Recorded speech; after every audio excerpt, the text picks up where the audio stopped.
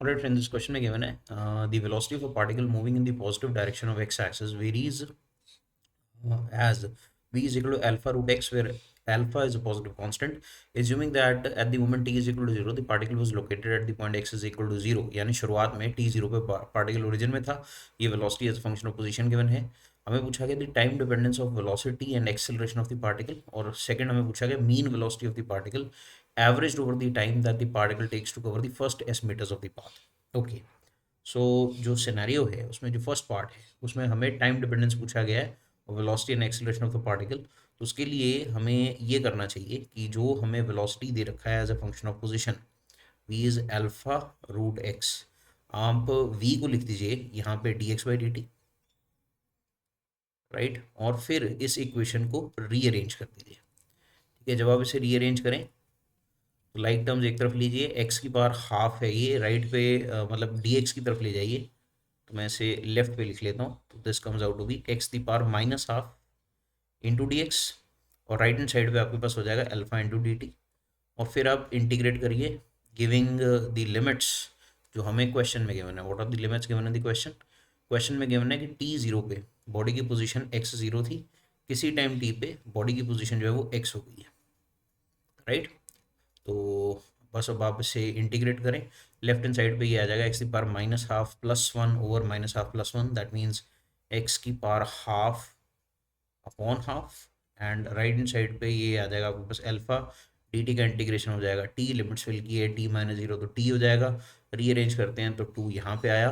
ठीक है, फिर इसको आप नीचे ले जाएं दूसरी तरफ, राइट. बस अब आप इसको रीअरेंज कर लीजिए तो x will come out to be, देखिए अल्फा टी अपॉन टू, और फिर आपको इस पूरी टर्म का स्क्वायर करना पड़ेगा.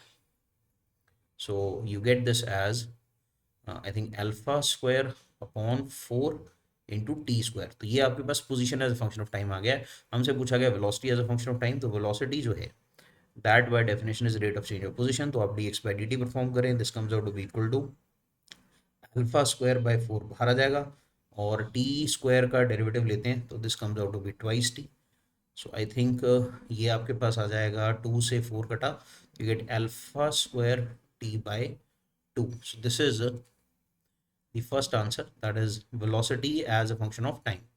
And further आप acceleration देखिए तो acceleration comes out to be dv by dt. So this comes out to be equal to d by dt of, I think v आपको given है alpha square t by 2. तो जब आप derivative लेते हैं constant, that is alpha square by two बाहर आ जाएगा, dt by dt will be 1. So you get this answer as alpha square by 2. This is the value of acceleration that you get. Okay, second part में हमसे पूछा गया है the mean velocity of the particle average over the time which the particle takes to cover s metres of the path. Okay, तो देखिए average velocity, सीधे सीधे mean velocity average velocity, that is the total change in position divided by the interval of time. अब जो change in position है, ठीक है, वो हमें कुछ भी एस दे रखी है. This is actually x two minus x one divided by, नीचे लिख लेते हैं हम, this is t two minus t one. हमें ये पता है एक्स वन जीरो था और टी वन जो है वो भी जीरो है. This comes out to be equal to s divided by t. So s जो है अब वो हम कहाँ से निकालें? आई थिंक ये ऊपर लिखा हुआ है एक्सप्रेशन, इसी से रीअरेंज कर लेते हैं बिकॉज हमें ये सारा कुछ ना एस के टर्म्स में बताना है. सो हमें टी सब्सटीट्यूट करना पड़ेगा यहाँ पे.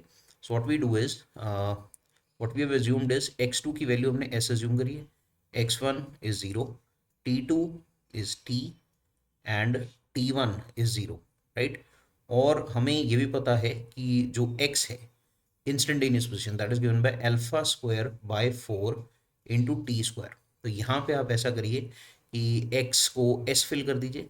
इंस्टेंटेनियस पोजीशन जब x s के बराबर हो जाएगी तब this will be alpha square by four into t square.